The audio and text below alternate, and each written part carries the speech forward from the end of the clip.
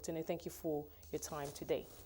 This is the third series under the 100 billion Naira bond program for the state. Now, Lagos State is not the only state that has been raising bonds. And, the conversation usually around states raising bonds is, of course, we know that there's that initial debit from the federal government when every month when FAC is shared. But just looking at how far Lagos State has come in terms of this bond issuance, what the bond is being used for, and the market itself for subnational governments coming to borrow money. Well, Lagos State is, outside of the federal government, is the best credit in the country. Investors typically are happy to invest in Lagos State bonds. So it's no surprise that it was massively oversubscribed, especially in the current environment where local investors are searching for yield. Not being able to buy home means you have NTBs that dropped to low single digits, and you have FGN bonds. So when they find another issuer that they are comfortable with, who is also coming with a decent size and at a good level, it came at 12.25. You find that investors are quite happy to pick up some of the assets. But when you think about other states, does Lagos State just stand out from the other states, or are there states that for you that come to mind that have this same that would enjoy this same patronage? I think Lagos State obviously is a standout state nationwide, but because of the current environment, I think it's really a good time for other states to also come out. Again, investors are looking for assets to invest in where they can get good yields. So this is a period where people want to buy. So if there is a state that wants to come out, I think this is probably a better time than we've seen in the past. So you'll not be surprised. We shouldn't be surprised if we see other states coming for because of the peculiarity of this time of the market. Let's go into other segments of the market. Treasury bills. We did see that slight climb. Was it yesterday? At the Treasury bill, the 1-year NTB at somewhere around 6.3%. And I spoke to one or two analysts yesterday, and they did say that this may be a sign that we're seeing that climb back up the ladder. But you don't share that sentiment. I don't think it is that time. What I think probably happened is that people bought it too low. Once that bifurcation happened and between OMO and NTBs, and local investors could only buy NTBs, they bought it all the way down. And when it hit 3-4%, I think people started asking themselves whether it was worth buying those NTBs at those levels. And the shift went over to bonds.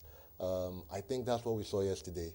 People saying there's relative value in bonds, we don't like this level. So there's a bit of a bounce, but I don't think we see it go all the way back to double digits, for example. Because, when it did hit 3%, I remember obviously having conversations with some other market analysts, and they did tell me that some of them, in fact, it was divided. It was almost 50-50. Some said, look, there's still a chance for more room for rates to go lower. And some say, you know what, this appears to be a resistance point for investors to move over to the bonds until they see an appreciation.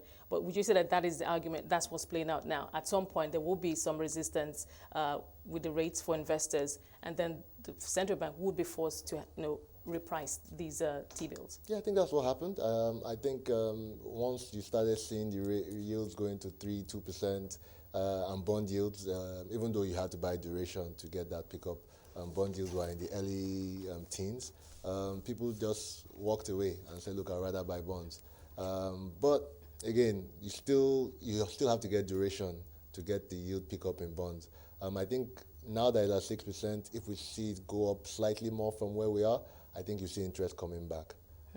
People coming to buy it. And then, of course, that corresponding drop. Exactly. Let's quickly talk about FX and the Naira and the dollar. How's the Naira fared so far this week against the dollar? And what kind of demand are we seeing at the INE window? Early in the year, we saw quite a lot of foreign investors coming in. And so we saw Naira appreciate significantly from December when everybody was on holidays. And so we dropped all the way down to 361. With what's happening with the coronavirus and effect on oil, we've seen a sort of slowdown from investors. Not a reversal, but a slowdown in the inflows. And so we've seen the Naira sort of adjust a bit higher.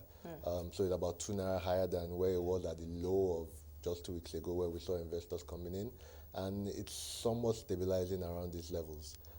It's still lower than where we were at the end of December last year, but not as low as it was where we saw that huge inflow that came in the early part of January. Okay. A final question: what is, your outlook for the rest of the week? Today's Yeah. for tomorrow, Yeah. for tomorrow, and how you would describe this week, trading this week as a whole for the fixed income market? I think bonds, it's this year largely has been largely bonds. Investors liking to buy bonds, despite the huge amount that was sold by DMO last week, 474 billion to the market. It still came in this week, and people have been buying it. I think this happens probably till we get close to next month's bond auction before we see it sort of stabilize at some level. Tunde, thank you so much for your time today. We appreciate it. Tunde Adama, Head of Trading at Citi Nigeria, taking us through Nigeria's fixed income market.